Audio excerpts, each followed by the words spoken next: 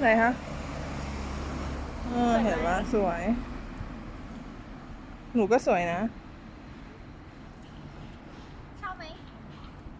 รักได้ไหม ฮะ รักได้ไหม เป็นสัญลักษณ์ที่บอกว่าเรามาถึงทะเลสาบคือเป็นที่แล้วนะอย่าถามเหตุผลดิฉันก็มาตามที่เขาบอกในเน็ต อู้ทะเลสาบสวยมาก นี่ไงภูเขาไซฟูจิ เอาอีกแล้วหัวกูเห็นภูเขาเป็นฟูจิหมดอ่ะ เขาให้ถีบไหมอะเรือ ก็เสียตังค์เลยผิดใช่ปะ ทำเลย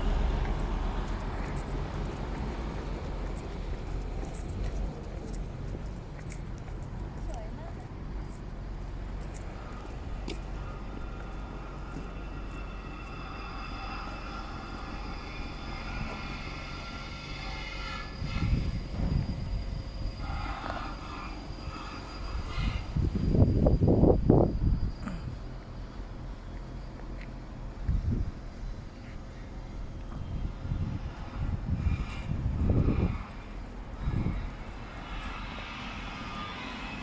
เลคฟอนพา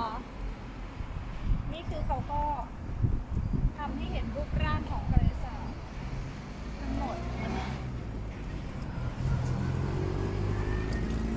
ส่วนใหญ่เอาจริงๆที่เวลาคนเข้ามาเขามาทำอะไรตรงนี้เขาก็จะมาถ่ายรูปตรงนี้แหละค่ะเขาเรียกว่ามุมมหาชนเฮ้ยตรงนี้สวยกว่าพี่อยู่ตรงเนี้ยเราเห็นต้นไม้แบบตรงนี้สวยมันแรงพอ หืม ช้าๆช้า เย้อีกตัว ๆ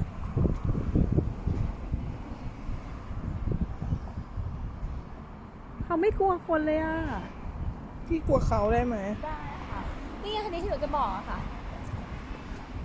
เห็นมุมนี้ไหมแล้วเมื่อกี้ยืนอยู่ใต้ต้นไม้ตรงนั้นอ่ะ อ่ะหนูไปหยิบอ่ะ อ้าวหนูก็ให้พี่เอาอีกแล้วดูนะ ดูนะ ดูนะหลักฐาน เป็นไปยัง